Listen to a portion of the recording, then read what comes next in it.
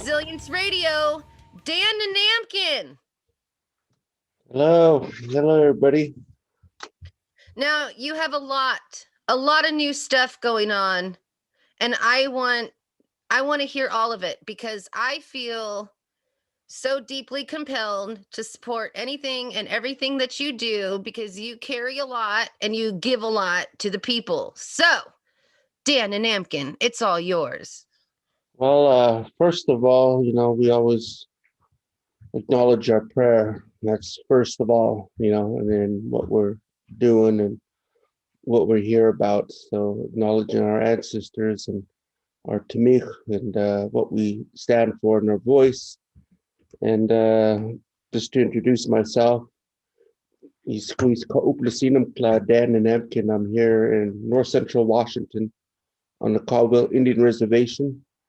And I've been working with youth programs, prevention programs, cultural programs for a couple of decades now.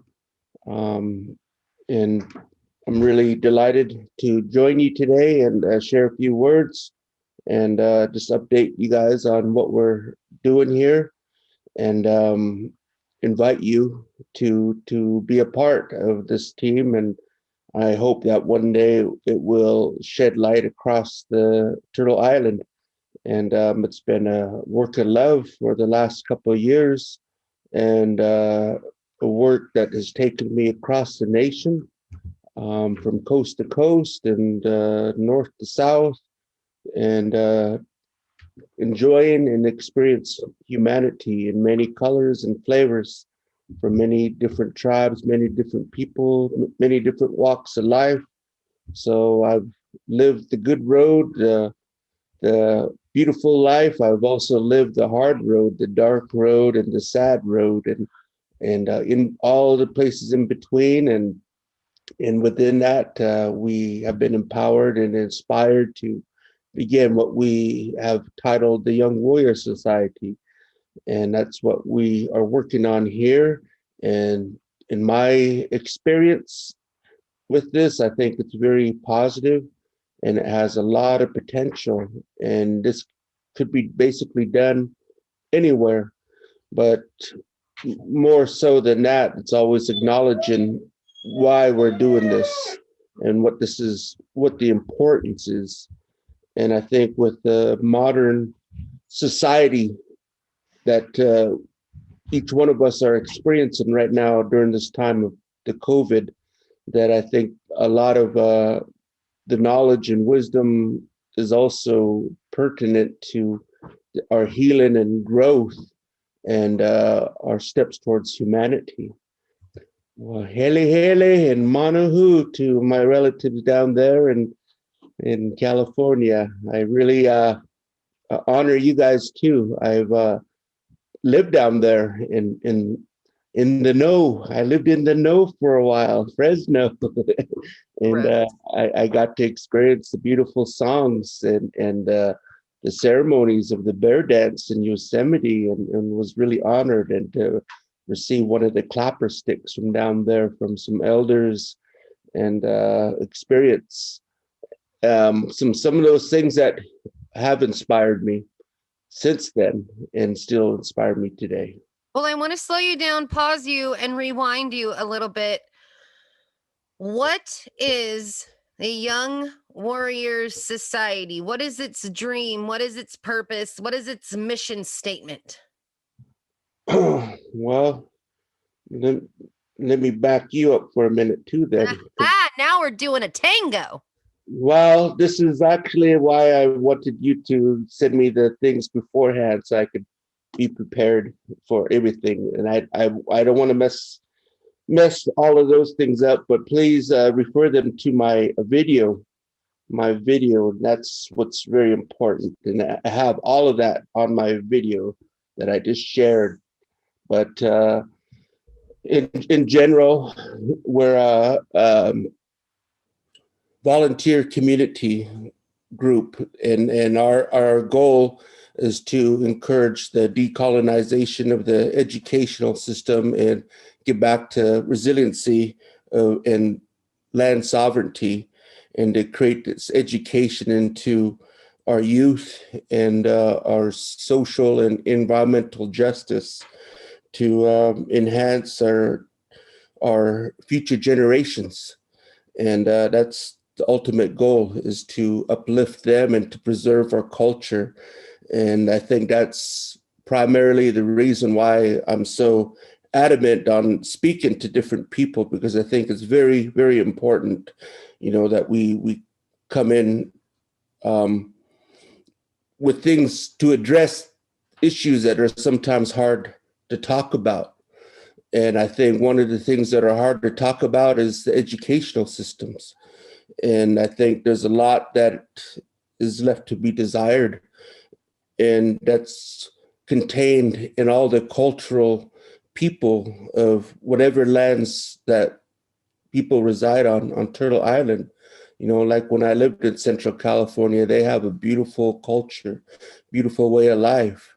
Right here where I live, we have a beautiful culture and way of life.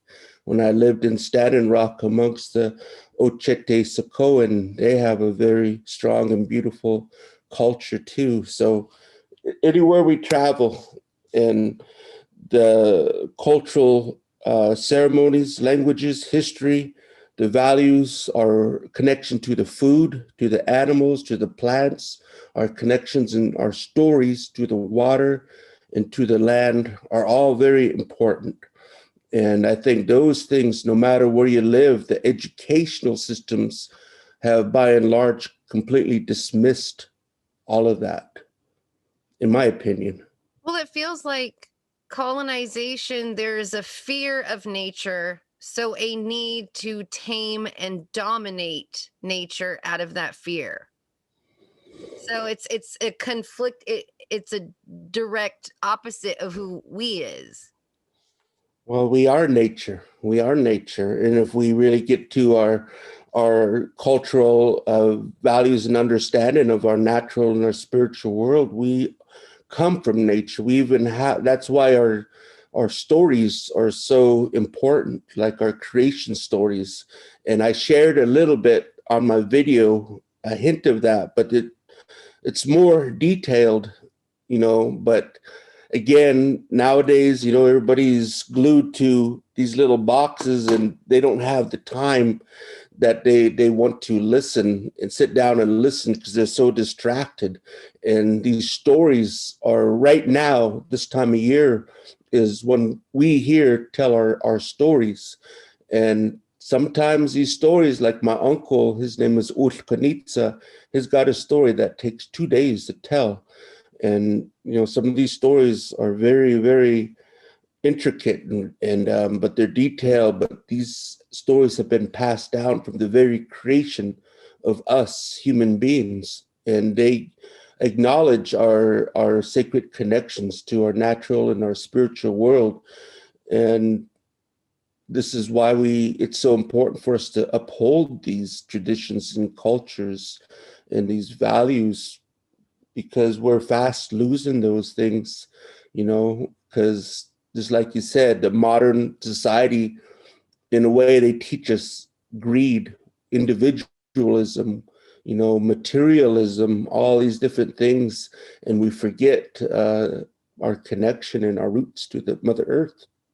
Well, when I met you, it was outside at the front lines at Standing Rock. Then knowing you and watching you, you were walking your talk. You were outside in nature, in the earth with the youth and educating. But now, the way things are going, you've crossed over into that digital realm now, because that is how, because I'm with you, like it's too much of the phone thing, right? But now it is the only way to reach certain people and the only way to preserve certain stories, songs, and content. So tell us about your leap into the modern age, the modern Indian. That's a tough, tough, tough world for me because I am not tech savvy at all. I dread technology, and it's frustrating, very frustrating to me. My niece, she's here with me now. She's helped me to some degree, but there's still so much to learn. I'm thankful to Potlatch. to front and centered in Na'a funds. They have been really good supporters and helped me basically to get some equipment. And that's with that, I'm trying to create this awareness and education with the modern technology and our modern storytelling, and to digitize it for the longevity, but also as a presenter and educator. I've traveled across the nation, for example, and say if you're as just who you are as an indigenous person, you know, to be considered in a lot of the school systems. Well, what degree do you have? You know, what piece of paper on your wall do you say you have a right to speak, and what curriculum, this and that. And again, that's total disregard of our sacred wisdom and knowledge. So they won't even let you in the door unless you have some sort of entertainment value, such as a rapper, you know, such as someone coming in there and sharing some bells and whistles, you know, that the kids are going to get up and dance and sing and feel good. And a lot of them carry a positive message. But in my experience, that they'll often disregard the traditional values and persons. For example, I drove all the way from here to Central Valley, California. It took me all night long to drive here to get there the next morning, and I slept in Walmart's parking lot for 1 hour when I got to Fresno, dressed and got ready, and went to Fresno State College. And I did a presentation for all these youth and from Central California who came. And with that amount, I had enough money to pay for uh, gas for one way, you know, and that was it. And that's basically, you know, what I go for to do when I'm asked, when I can, and when I'm able to help. But a lot of times, Reciprocity, yeah, reciprocity, is prosperity. not there, and so it's a struggle. And right now with the COVID, like I had different presentations, they were all canceled for this whole year. And so now I would like, a lot of people are going into the Zoom, they're going into classes such as that. So I'm having to get with the technology age and to create some content that I think would be very interesting and engaging and memorable to the youth and to the educational systems. See, I struggle with it as well because part of most of, in my experience, the things that are never on video or photographed or recorded, or the things that just happen to human experience, you know, seeing a eagles doing a this, hearing a that. There's something so special to me about participating in ceremonies and experience that you only get being an indigenous person in that realm on that day. So I feel you on the settling into something totally new, because so many times we expose ourselves as a people and it gets taken advantage of and ripped off. And Yes. heck, they had to make a 1990 Indians Arts Act to protect people from stealing our stuff. So I do give kudos to you for sticking with this, changing platforms, because again, outdoor education, earth, nature guy, you're digging in the dirt, you're with the shovel, you're planting something, you're not sitting there like, where's my cables and microphone? You could care less because you're there, you know. So Yeah. There's a lot of challenges, and I have to resort to my elders and cultural people so to see what they think, and because there are things that we don't talk about, you know, out in public. There's things that only talk about in person to person or in ceremonies, things that, you know, are very, you know, they're not public, but they're very powerful things. So again, I'm really grateful that my niece is here with me, that I have somebody to share this knowledge so it can live on.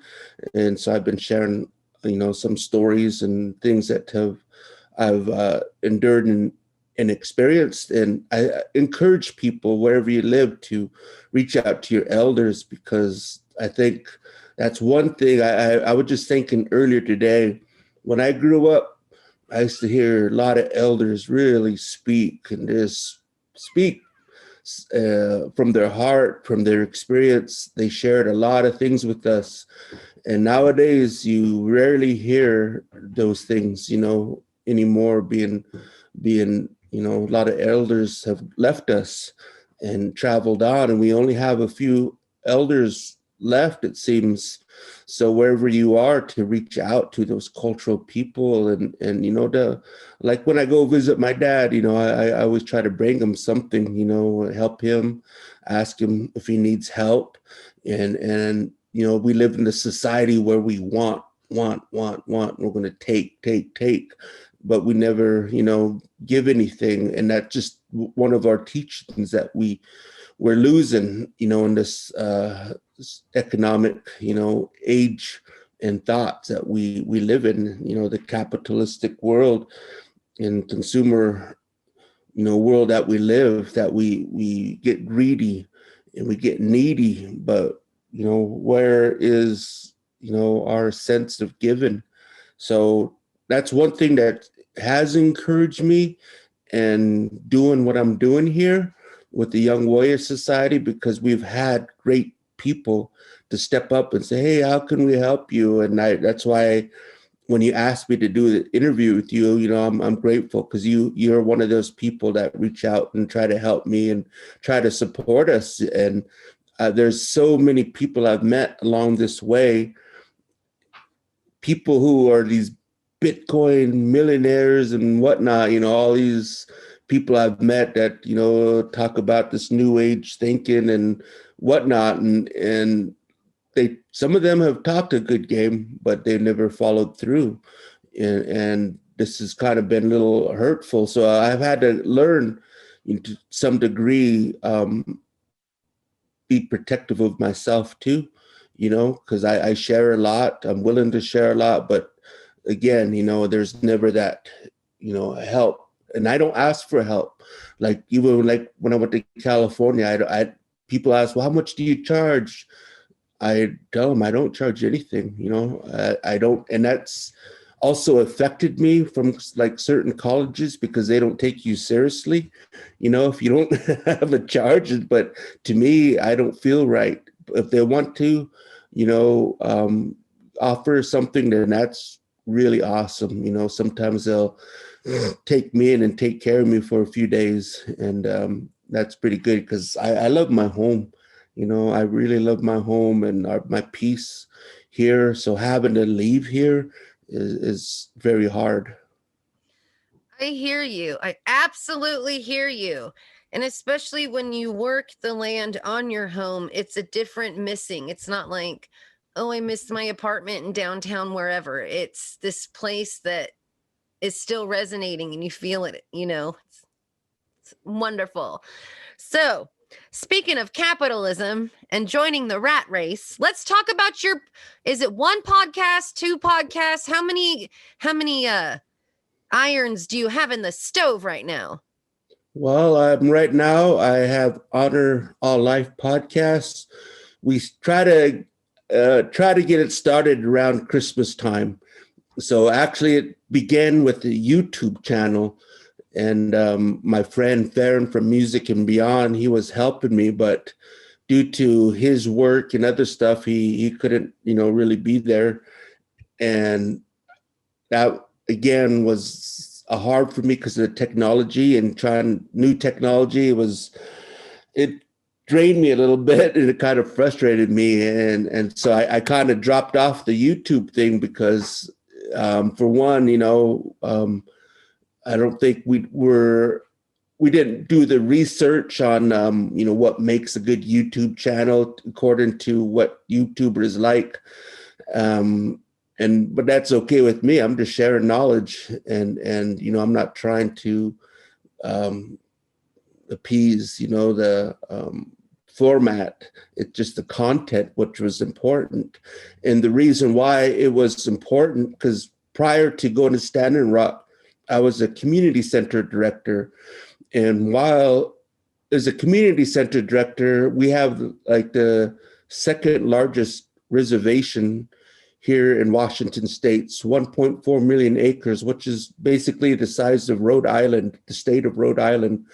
And we have 10,000 tribal members here. And I'm working here as the director of the largest hub, the largest community. So we serviced anything from A to Z, on far as events, from funerals to basketball tournaments, weddings, youth events, cultural events, community events. But the number one thing that always took place as our priority was funerals, tribal funerals, which in our culture, we host funerals 3 to 4 days. And if you could imagine being there for those 3 or 4 days while people's hearts are breaking and grief and loss, and how hard that is to endure that and to serve that, because in our culture, we stay with that. We don't simply go there for an hour or two, then leave. We're there for the entirety, 24 hours, during that whole event. There's always family members, people there for those 3, 4 days, funerals, services, food, eating, taking care of everything. But anyhow, what I noticed was during the winter months, especially during the holiday season, that's when we lost people to suicides. We lost people to drinking and driving. We lost a lot of people to domestic violence, assaults, violence. And I know that the winter time, is a very hard time.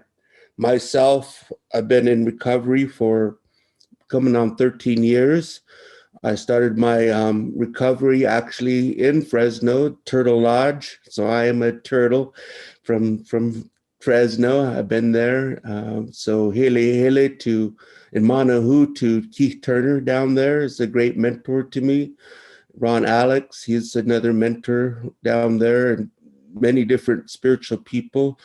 But I wanted to do something to encourage people through the winter. That's all I proposed to do.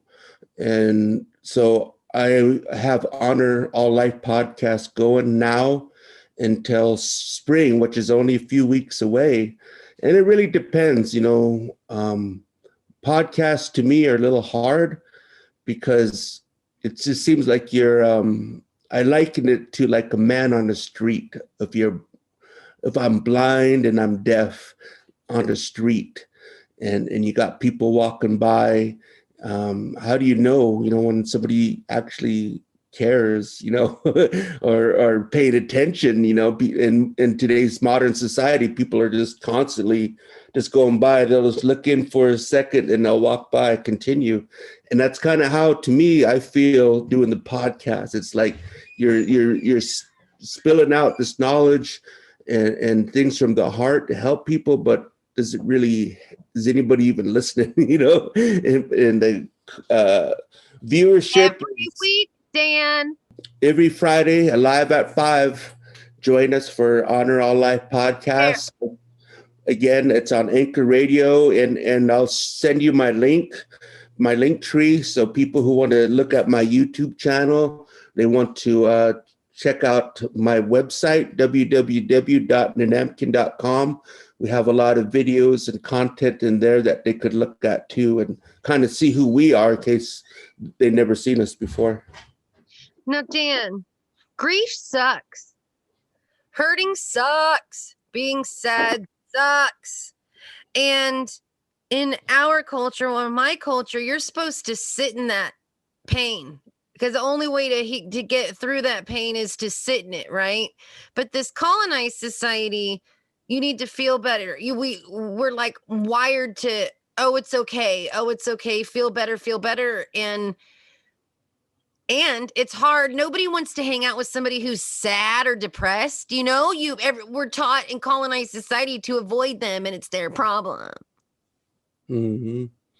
Everybody, their whole enlightenment is me mentality, and for my betterment. And with our cultural world, we took care of each other. Those people who were grieving were allowed time to grieve. People supported them, like say hunters, for example, because as a person grieving, you couldn't go out and go hunt. You couldn't do these things because your heart is sad and you're hurting and you're a lot of pain.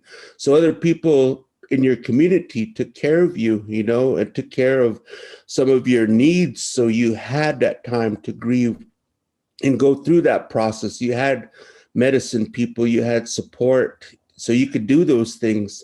And you're right, we've gotten far away from this me mentality and this high vibe, you know, thing where it's all about me, all about how I feel, but we never care about those people who are hurting. And I think that's especially important now because at COVID, so many communities and families have been affected with grief and loss. And what I've noticed even from myself when I was into my addictions, you know, holy cow, when I went through grief and loss and those addictions spiked, that was hard as a young person when you had no support, you know. And how many of our young people during this COVID, this isolation, are struggling with addictions and anger, and they don't know how to resolve it because You're nobody's there told to to care get over for. it. Like you did it to yourself. Just stop. Just Yeah, stop. Or yeah, people don't want to hang out with the junkie. So the people that is hurting and that needs the people, now the people don't want to hang out with. So that's a hard one, you it know, is. because it's like tough love. They have to figure it out for themselves. But at the same time, we don't want to lose them to suicide or overdose in Yeah, the meantime until they find themselves. So right. ah, It is. ah. It is a tough one, and I'm the one willing to say a few words to bring some inspiration, you know, through this moment in time, you know, get us to spring and see what happens from there. You know, if our listeners, you know, seem to chime in, if we seem to get some support, maybe we'll continue, you know, and we get some support with technology, maybe we'll go further. I don't know.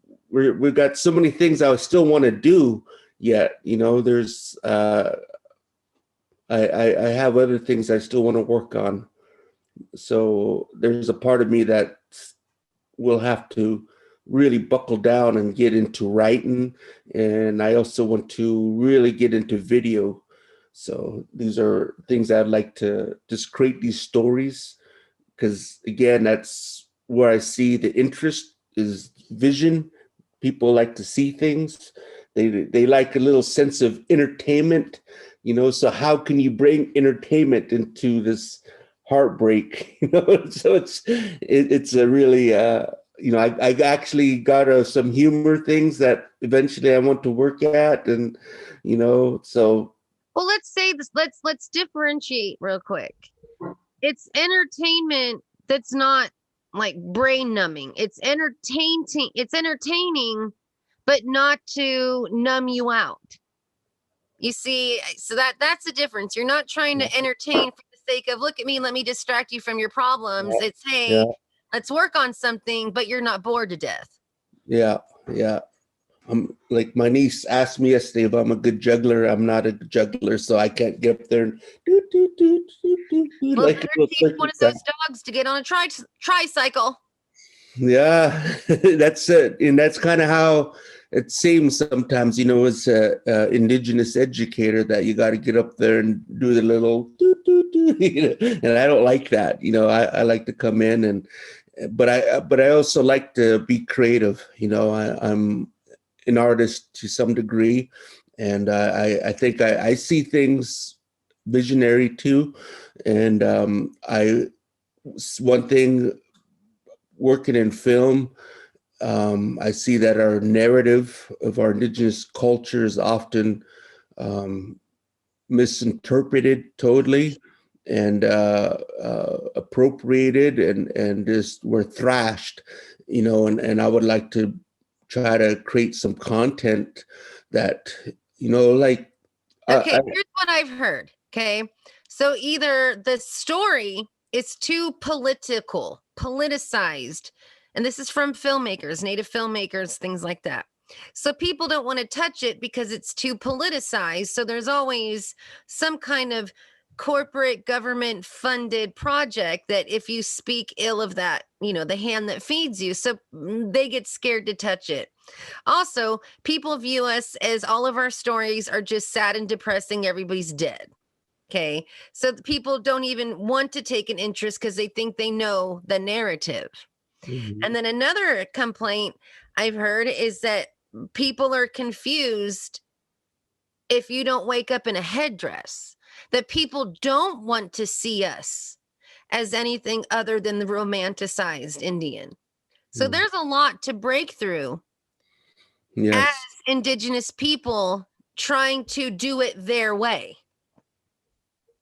One of my nieces asked me at one time, said, "What would make you really happy?" And I thought, like, if I did a presentation, I would love to just walk in there with one shoe on, one shoe off, one braid in, one braid out, and just walk in there as myself and let people like look at me like, what the hell are you looking at? And the thought about that is, I don't have to be a certain anybody. I could just be my own certain self, how I want to look, how I want to feel, how I want to represent myself.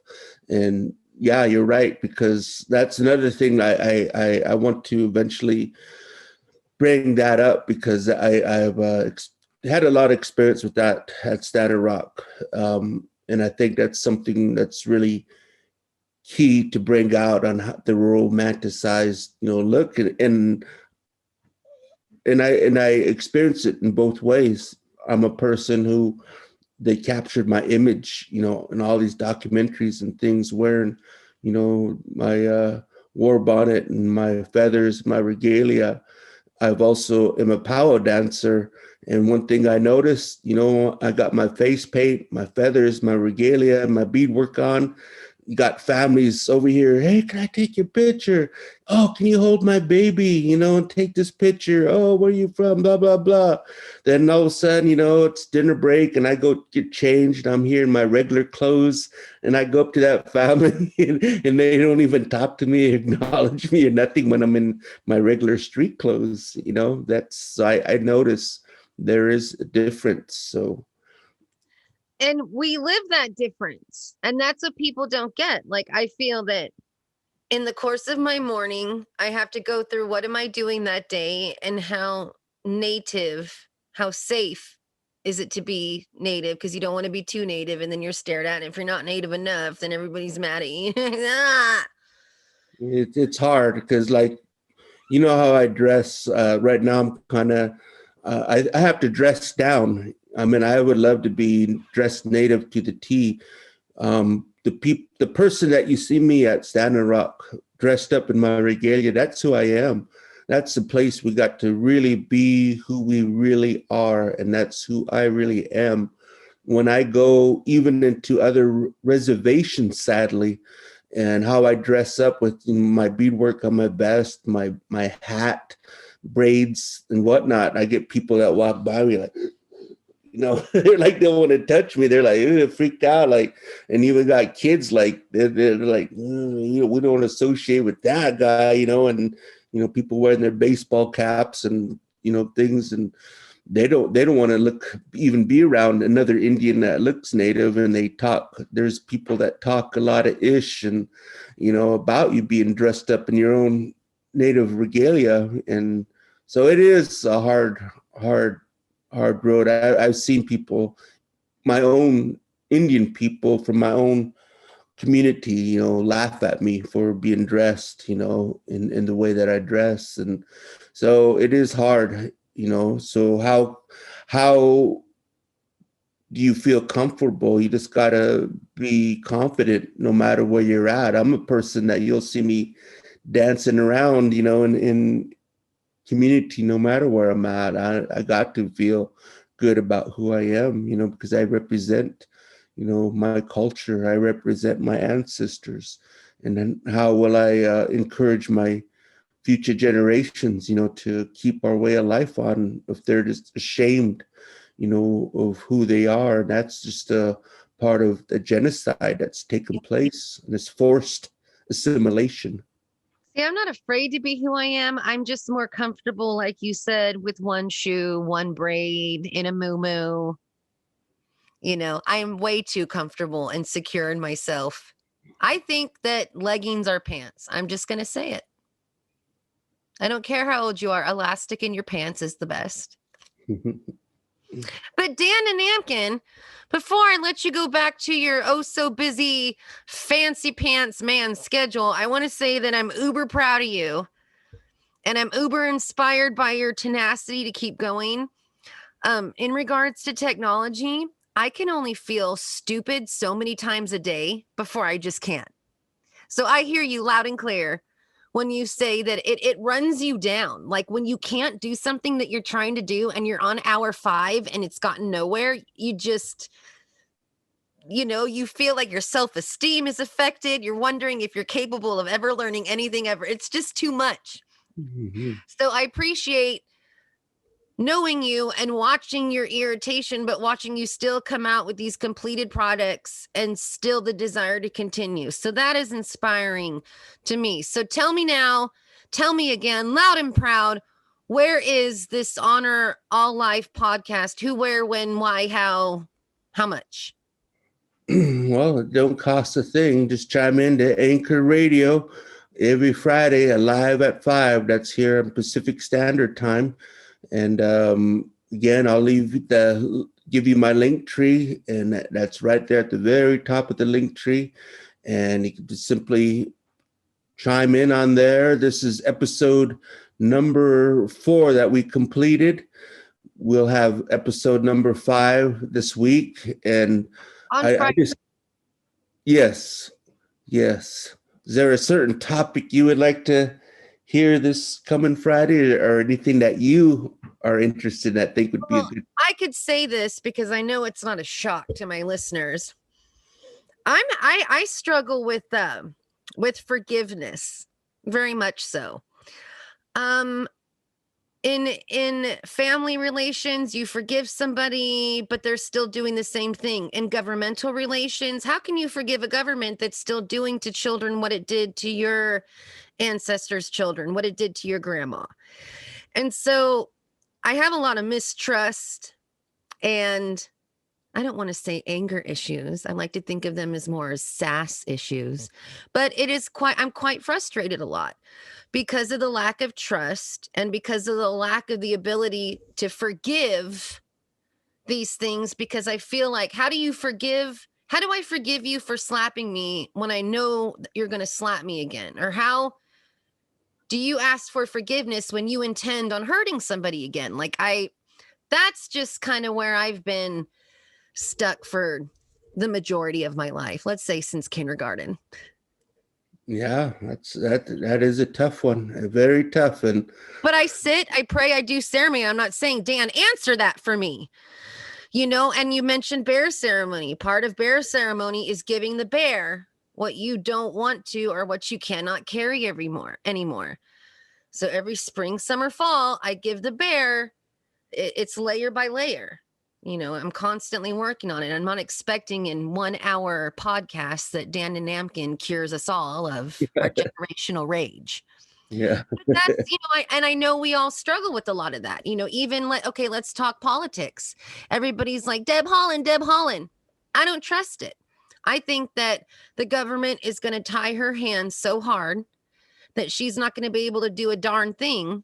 And then people are going to turn on her. That's my mistrust of the government and what it does to its own people and Native people and women, right?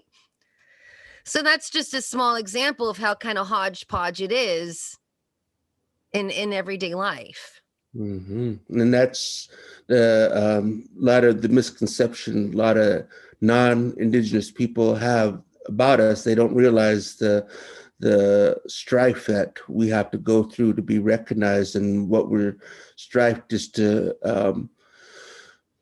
stand for, our sovereignty and our environmental and social justice, and also the danger that's involved. So my prayers for, Miss Holland, that for her safety, through this. That's a big thing, I think, because they've already smashed on her much as they can, and it's a violent world when it comes to money, because that money is fueled by their greed and that wicked desires and lust, that they We are have. always seen as in the way of progress and money and profit. Native people are all like, Dapple, you're costing us money.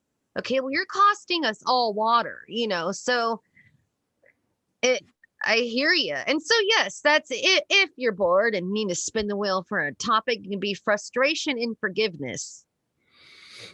Them are good ones. Them are good ones. Them are tough ones. But I'm always I'm like the person, like, say for example, one school I went to, and it's an Indian boarding school, and these are kids that get thrown out of their homes because they're unruly, or they come from broken homes, or a lot of different challenging issues within their own homes, that they're sent to these schools. And the teachers are like, these are kids are in trouble, we're having issues with them, will you talk to them, because they're kind of going off on the deep end. And I said, yes. I said, I am more willing to talk to those kids. Them are the kids I want to talk to, the ones that are going through the hardest issues, because I've also, through my experience, gone through my issues, and I've had to go through things like you're talking about, through the forgiveness, and that was hard, and through the abuse, and through growing through all of these hardships, the addictions, the anger, the grief, and the rage. And I've endured those things and gone through them and sat with them and experienced them in the dark, alone, and through my fears. And them are the kids that nobody's listening to or can hear, because we're living in this whole other world. Just like you said, they just want you to be happy and be quiet and to shut up and listen to them and just get by, so you could pass them on to the next person. And that's kind of what I see. So I'm like, hey, let me talk to them. That's what I like to do, is when I go to the schools or different things, I like to talk about those Got an topics. unruly kid? Call Nanamkin. I know. Our spanking's no use. Call Nanamkin. No, my mom would have called you 200 times. So, Oh man.